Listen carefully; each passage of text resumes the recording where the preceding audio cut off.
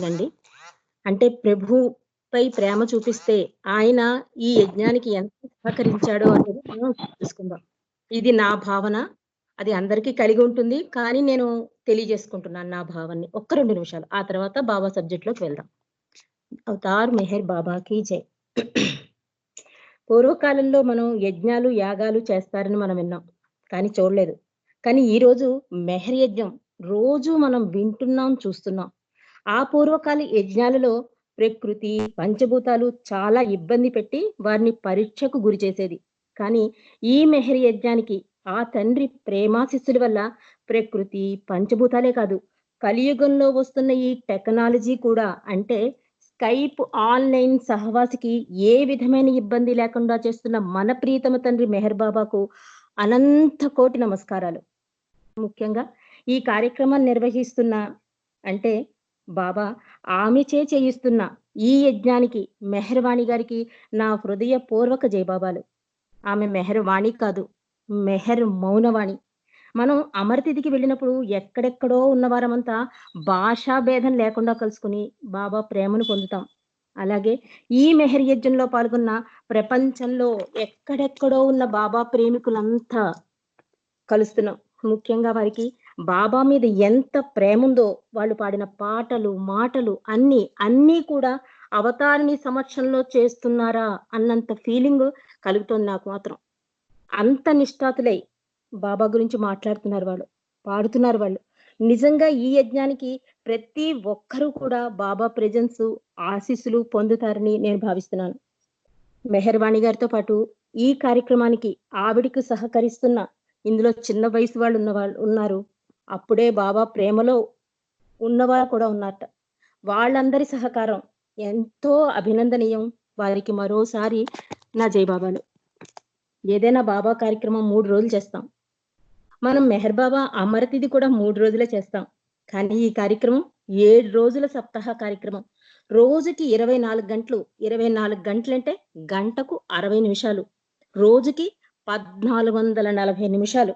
ఈ 1440 నిమిషాలు ఇంటూ 7 రోజులు అంటే 10,080 నిమిషాలు ఈ కార్యక్రమాన్ని తెలుసుకున్న బాబా ప్రేమికులే కాదు, నాన్ బాబా లవర్స్ కూడా అడుగుతున్నారు.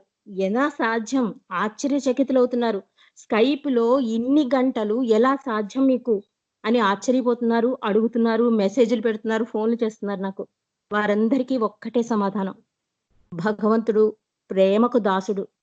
బాబా అన్నారు, నా ప్రేమికుల ప్రేమకు దాసుడను అని.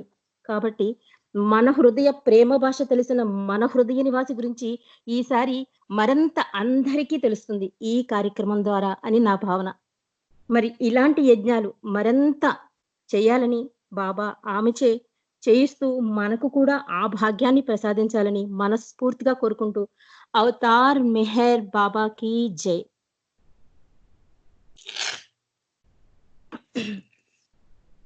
అవతార్ మెహర్ బాబా కీ జై. మనం ముందుగా ఇప్పుడు దేవుడు సమ్మె చేస్తే ఎలా ఉంటుందో తెలుసుకుందాం. ఇది మెహరాజాద్‌లో ఒక ఆహ్, మండలి హాల్‌లో బోర్డ్ మీద రాసిపెట్టి ఉంటుంది. దాని గురించి మనం ఇప్పుడు తెలుసుకుందాం. దేవుడు సమ్మె చేస్తే. యెస్. నిజంగానే దేవుడు సమ్మె చేస్తే ఏం జరుగుతుందో మనం తెలుసుకోవాలి, తెలుసుకుందాం. మనం మెహరాజాదు వెళ్తూ ఉంటాం కదా! మెహరాబాద్ బాబావారి దివ్య సమాధి స్థలం. మరి మెహరాజాద్ బాబా ఉన్న అంటే ఆయన నివాసం ఉన్న స్థలం. ఆ 2 కూడా మనకు పవిత్ర యాత్రా స్థలాలు. మెహరాజాద్‌కు వెళ్ళినప్పుడు మనం మండలి హాల్‌కి వెళ్తాం కదా!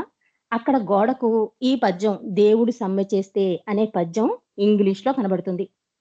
మెహర్ బాబా మెన్‌మండల్‌లో ఒకరైన ఇరిచి జస్సావాలా మనకు తెలుసు కదా! బాబా మౌన సంకేతాలను భాషా రూపంలో మనకందించిన మహోన్నత వ్యక్తి ఇరిచ్. ఈయనను ద టంగ్ ఆఫ్ గాడ్ అంటే భగవద్వాణి అనేవారు.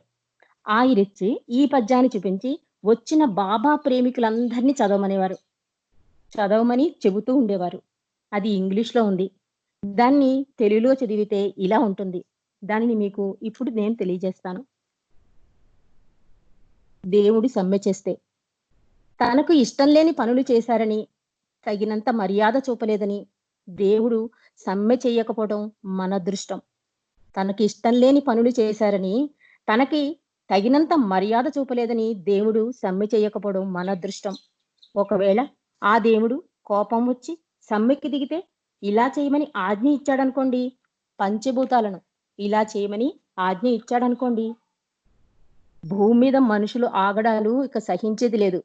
ఇప్పుడు నేను అన్నిటినీ ఆపేస్తాను అంటే పంచభూతాలు గాలి, నీరు, సమస్తం పంచభూతాలని ఆపేస్తాను అంటే, సూర్యుడికి ఉత్తర్వులు పంపిస్తాను.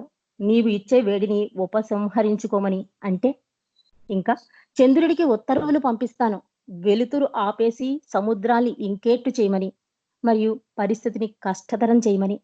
అంతేకాదు ప్రతి ఒక్కరి ఊపిరి ఆగిపోయేదాకా ప్రాణవాయువును, గాలిని నిలిపేస్తాను అని అంటూ దేవుడు సమ్మె చేస్తే, ఆలోచిస్తే నిజంగా న్యాయంగా దేవుడు అలా అనడం సమర్థనీయమే కదా! ఎందుకంటే దేవుడి కంటే దూషించబడ్డవాడు, అసహించుకోబడ్డవాడు ఇంకొకరున్నారా? లేరు. అయినా అతను తన కృపను ఉచితంగా నీ మీద, నా మీద, మనందరి మీద ఆపకుండా కురిపిస్తూనే ఉన్నాడు ఆ దేవుడు. చాలా మంది అంటూ ఉంటారు, మాకు ఇంతకంటే మెరుగైన సదుపాయాలు కావాలని అని. అలా అనటమే సమ్మెలు కూడా చేసేస్తూ ఉంటారు. మనకున్నదంతా దేవుడి దయ వలనే పొందినా, మనం ఆయనకు ఎలాంటి గౌరవం ఇస్తున్నాం? కోరింది పొందడానికి ఎవరిని గాయపరుస్తున్నాం? ఎవరికి అపకారం తలపెడుతున్నాం? కొంచెం కూడా ఆలోచించం. కాబట్టి దేవుడు సమ్మెకు దిగితే మనమంతా ఎలాంటి చిక్కుల్లో పడతామో ఊహించడానికే భయమేస్తుంది మనకి. అది ఈ పద్యం యొక్క అర్థం. మెహరాజాద్‌లో కనిపిస్తుంది. సో, ఇరిచ్చి ఎందుకు చూపి చదవమనేవారంటే, భగవంతుడు అంటే మన మెహర్ భగవానుడికి ఎంత కృపా కరుణ ఉందో మనం తెలుసుకోవడం కోసం ఈ పద్యం అందరిని చదవమనేవారేమోనని నాకనిపిస్తుంది. అవతార్ మెహర్ బాబాకి జై. మరి భగవంతుని గురించి మనం